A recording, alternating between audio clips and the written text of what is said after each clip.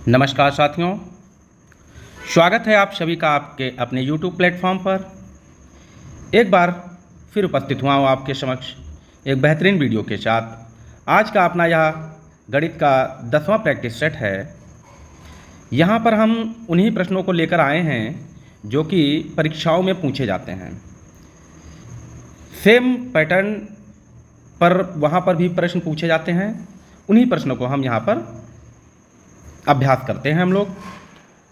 तो बिल्कुल भी आप लोग धैर्य ना खोइए, लगातार बने रहिए हमारे साथ।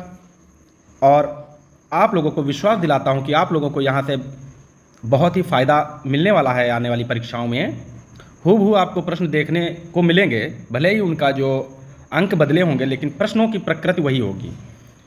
तो लगातार आप लोग तैयारी करते रहिए, अभ्यास करते रहिए। चलिए शुरुआत करते हैं हम लोग आज के अपने सेशन की। एक बात और आप लोगों से कहना चाहूँगा कि जिस भी प्रश्न में आपको डाउट लगे तो आप कमेंट कर सकते हैं, या फिर अन्य किसी विषय पर आपको वीडियोस चाहिए तो आप हमें ज़रूर बताएं।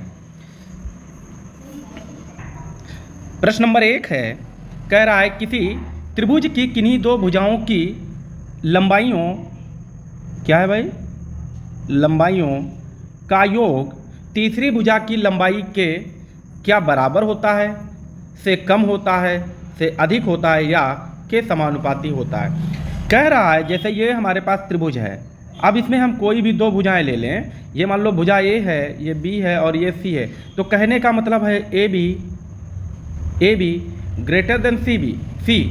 ठीक है, यानी कि ये कह रहा है कि दो भुजाओं का योग तीसरी भुजा से क्या होता है, क्या ज़्यादा होता है, बराबर होता है, कम होता है, या फिर उसके समानुपाती होता है। ये प्रश्न बहुत ज़्यादा यूपी टेट और सी टेट में पूछा जाता है, सी टेट में भी पूछा गया है।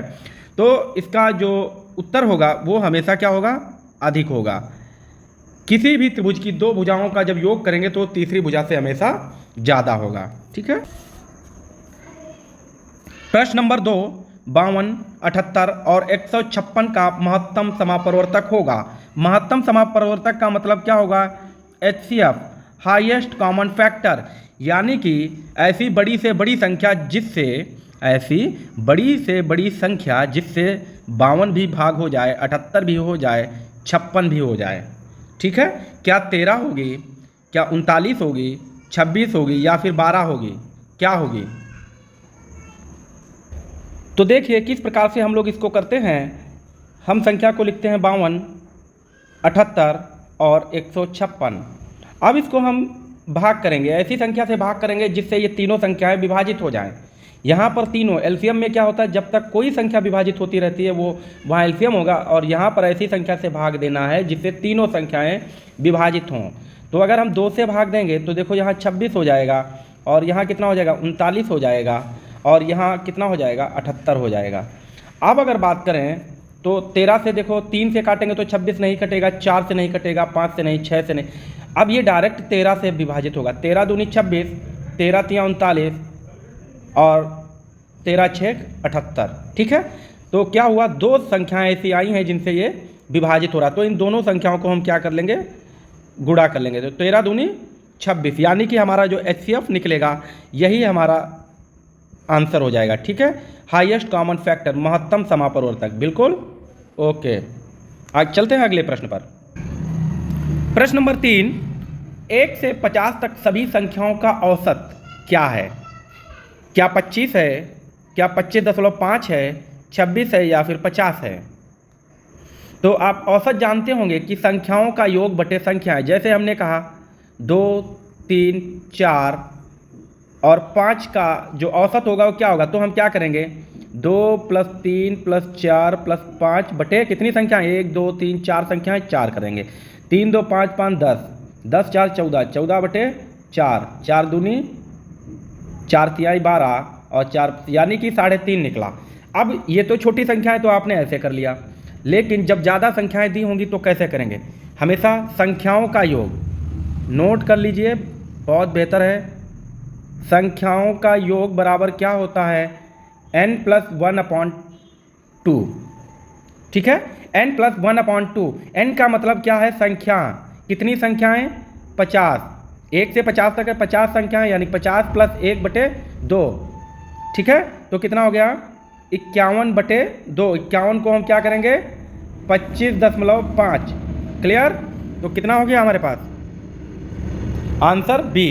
एक अब यहाँ पर अगर ये पूछ देता 1 से 50 तक संख्याओं का योग कितना है, अगर आपको ऐसे नहीं पता तो संख्याओं का योग क्या होता है n × n+1, ठीक है, अपॉन 2।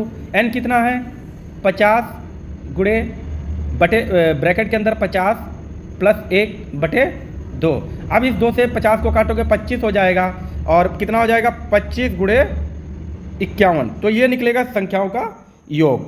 क्लियर, प्रश्न ये भी पूछा जाता है।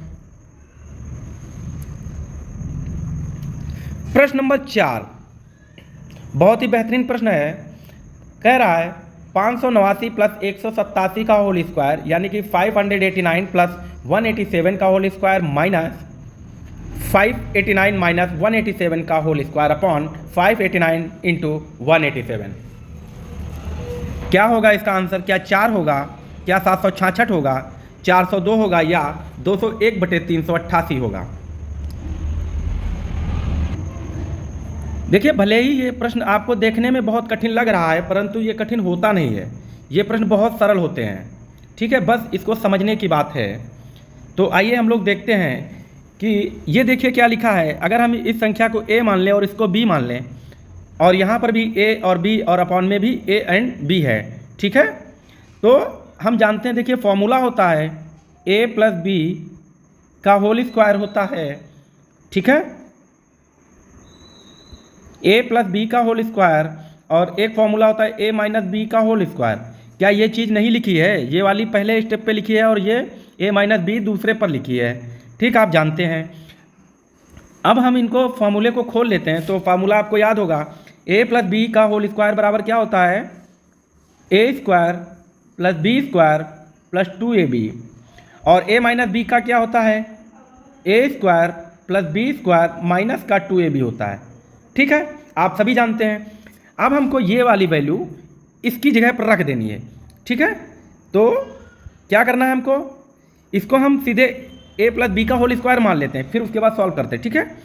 तो a² + b² + 2ab, क्लियर है, ब्रैकेट बंद कीजिए, माइनस का साइन है, माइनस लगाइए, फिर ये वैल्यू पुट कर दीजिए a² + b² - का 2ab, और अपॉन में a और b, a × b, ठीक है। अब देखिए इसको जब फॉर्मूले को खोलेंगे तो क्या निकलेगा a² + b² + 2ab, ठीक है, और ये माइनस लगाए तो अंदर साइन इसके बदल जाएंगे, ये प्लस का है तो -a² - b², और ये माइनस मिलके क्या होगा प्लस हो जाएगा, प्लस का 2ab अपॉन में ab हो जाएगा।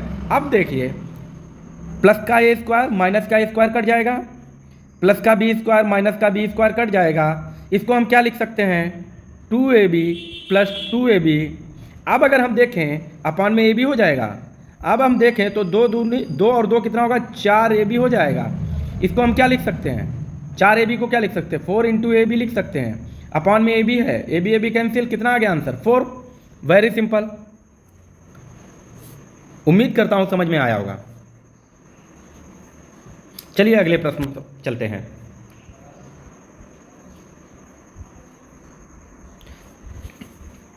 प्रश्न नंबर 5, यदि 8 पेन का क्रय मूल्य 8 पेन का क्रय मूल्य 6 पेन के विक्रय मूल्य के बराबर हैं तो लाभ प्रतिशत है।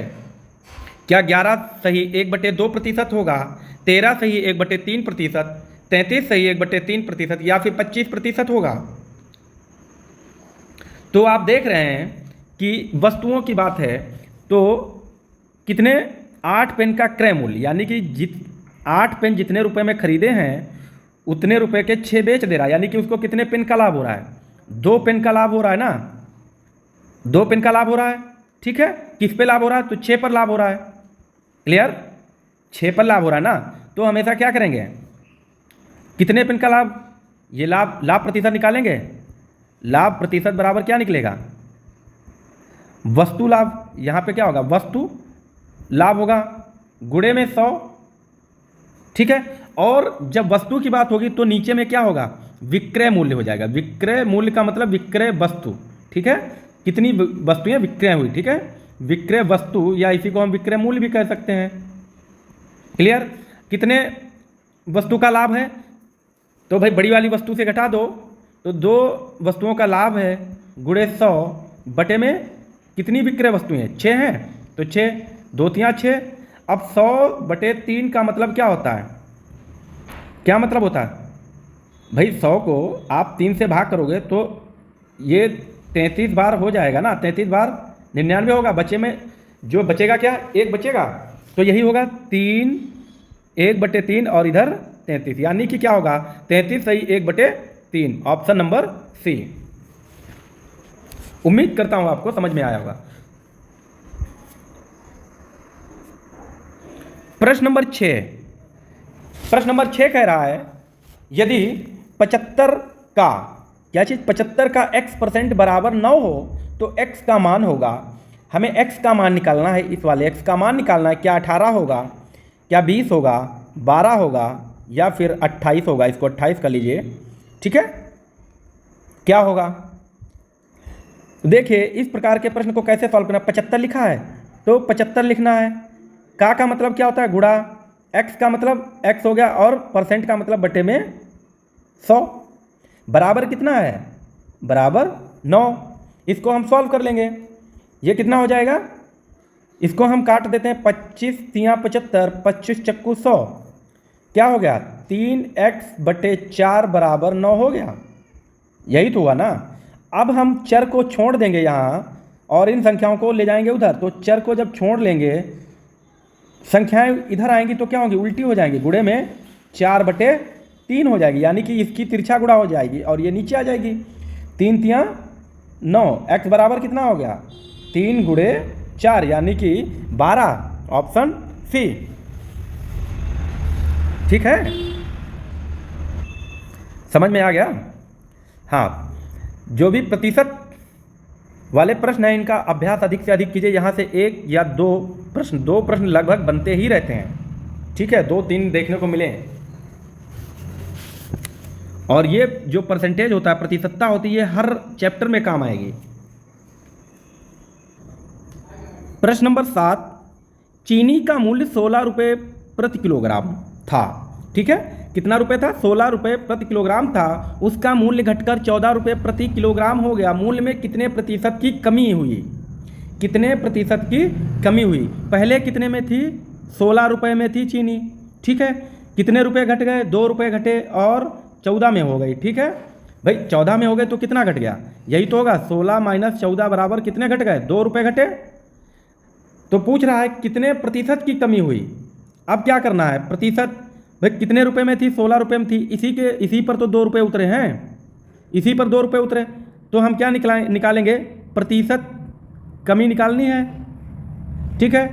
तो प्रतिशत कमी निकालने के लिए क्या करेंगे? कितने रुपए कम हुए? तो 2 रुपये कम हुए, ठीक है। और प्रतिशत मतलब गुणे 100 बटे में क्या होगा?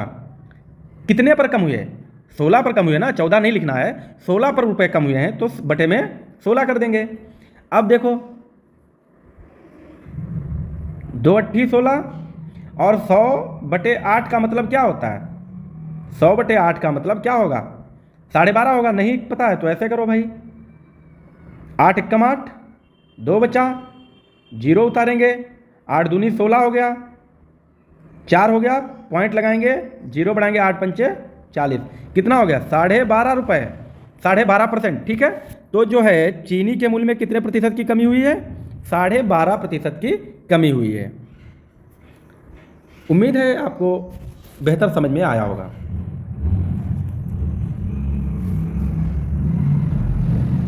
और अगर समझ नहीं आ रहा तो आप लोग प्रैक्टिस और ज़्यादा करना शुरू कर दीजिए, और बाकी हम रेगुलर आप लोगों के लिए वीडियो लेकर आते रहेंगे। प्रश्न नंबर 8, वह छोटी से छोटी संख्या जिसमें 75, 80 और 135 से भाग देने पर प्रत्येक दिशा में, प्रत्येक दिशा नहीं होगा यहाँ पर, प्रत्येक दशा में 3 शेष बचे, ठीक है। वह छोटी से छोटी संख्या जिसमें, यानी कि कोई संख्या है x है मान लो, इसको जब 75 से भाग दोगे तब भी क्या बचेगा? शेष पल 3 बचे। 80 से भाग दो तब भी 3 बचे और 135 से, तो यानी कि कह रहा है छोटी से छोटी संख्या जिसको तीनों से भाग देने पर दिया जा सके, यानी कि उसको हम लोग कहते हैं लासा, एलसीएम कहते हैं। तो 75, 80 और 135 का हम लोग निकालेंगे एलसीएम। तो पहले 2 से भाग करेंगे, 75 कटेगा नहीं, यहाँ 40 हो जाएगा और यहाँ कितना होगा, कटेगा नहीं, ठीक है। फिर 2 से काटेंगे तो 75, 20, 135,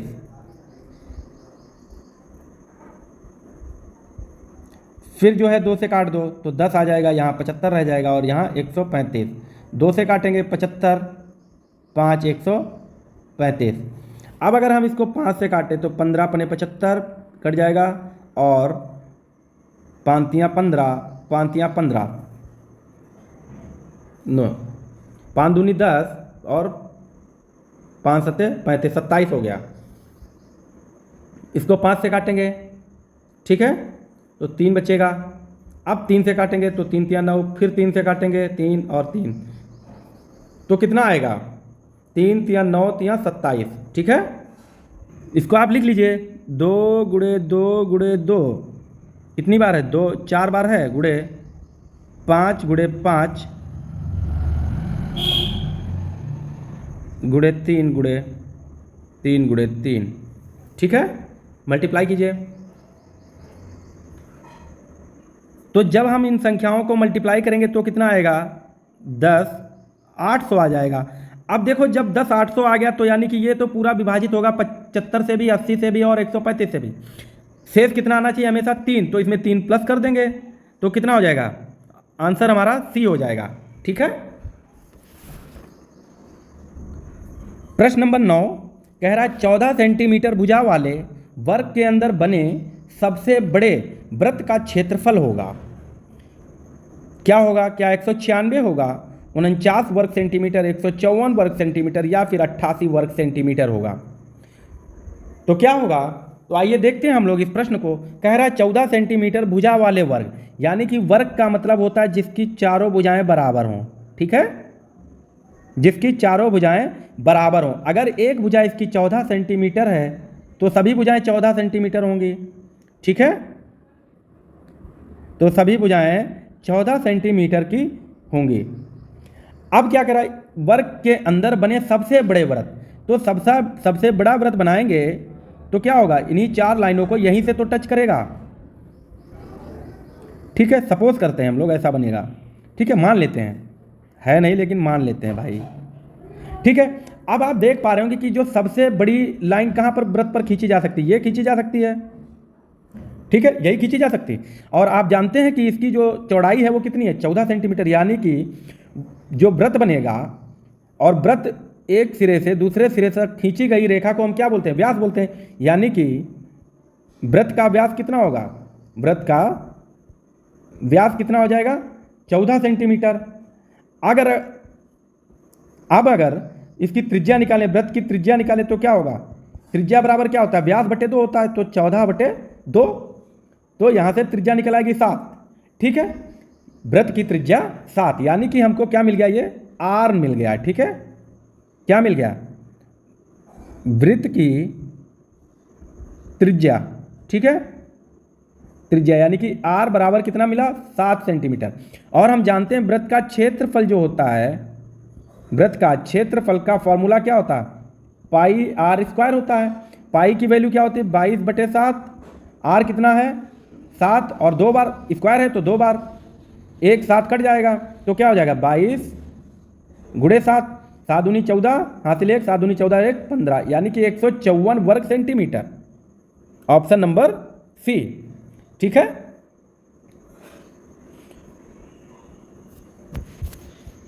चलिए अगला प्रश्न करते हैं। प्रश्न नंबर 10, यदि 154 मीटर लंबी रस्सी को 9:5 के अनुपात में विभाजित किया जाता है तो छोटे टुकड़े की लंबाई कितनी होगी, क्या 60 होगी, क्या 55 होगी, 52.5 या फिर 50 होगी, क्या होगी। कह रहा है 154 मीटर लंबी, ये मान लेते हैं 154 मीटर है और इसके हम 2 टुकड़े करते हैं, एक का 9 हिस्सा है और दूसरा का 5, ठीक है। एक के पास 9 हिस्सा और दूसरे के पास 5 हिस्सा है, यानी कि जो हिस्सा कटा होगा x में कटा होगा, तो कितना, कोई 9x होगा और ये 5x होगा, ठीक है। और कुल कितना है 154, तो कुल कितना है भाई 9x प्लस 5x, यही तो होगा। और ये कितने के बराबर है 154। जब भी इस तरीके से वैल्यू दी हो और अनुपात दिया हो तो अनुपात को क्या करना है, जोड़ देना है, ठीक है। तो यहाँ से कितना हो गया 14x, यानी कि 14x बराबर 154, x यहीं छोड़ लेंगे, 154/14 कितना होगा, 14 एक कम 14 और 14 एक कम 14, ये x बराबर कितना आ गया 11 आ गया। अब 11 आ गया है और यही x की वैल्यू निकली, यही हमको रख देना, यानी कि 9 × 11 बराबर कितना हो गया 99, और 5 × 11 बराबर 55। तो छोटा टुकड़ा कौन सा होगा 55, option number B, option B, ठीक है। और यदि आप x नहीं मान पाते हैं तो मत मानिए, क्या करना है, कुल मात्रा को लिखना है और बटे में अनुपातों का योग निकलेगा, यहाँ से 11 निकलेगा, और ये जो वैल्यू निकलेगी यही जो है अनुपात में मल्टीप्लाई कर लेंगे, 9 × 11 हो जाएगा, और यहाँ 5 × 11 यहाँ से भी निकल आएगा। क्लियर। तो आज के अपने जो 10 क्वेश्चन, टॉप 10 क्वेश्चन थे, कंप्लीट हो गए हैं, और उम्मीद करता हूँ आप लोगों को बेहतर समझ में आया होगा। एक प्रश्न और है आप लोगों के लिए, प्रश्न नंबर 11 कह रहा 3 पेंसिल का मूल्य 20 रुपये है तो 6 दर्जन पेंसिल का मूल्य क्या होगा। ये आप लोगों के लिए होमवर्क होगा, और इसको हम कल वाली वीडियो में, यानी कि वीडियो जो क्लास संख्या होगी वीडियो नंबर 11, ठीक है, 11 में इसका आंसर आपको देंगे। एक बात और आप लोगों से कहना चाहता हूं कि किसी भी विषय पर आपको वीडियो चाहिए तो आप लोग कमेंट कर सकते हैं, और हम पूरी कोशिश करेंगे कि आप लोगों को बेहतर कंटेंट आप लोगों को प्रोवाइड करवा सकें, ठीक है। तो जो भी आप विषय पढ़ना चाहते हैं कमेंट करें, आपको वीडियो मिलेगी। तो ठीक है, इतना कंप्लीट करते हैं आज अपना सेशन। वीडियो अच्छा लगा तो वीडियो के लिए आप लोगों से लाइक है, शेयर, और चैनल अवश्य सब्सक्राइब करें आप लोग। धन्यवाद।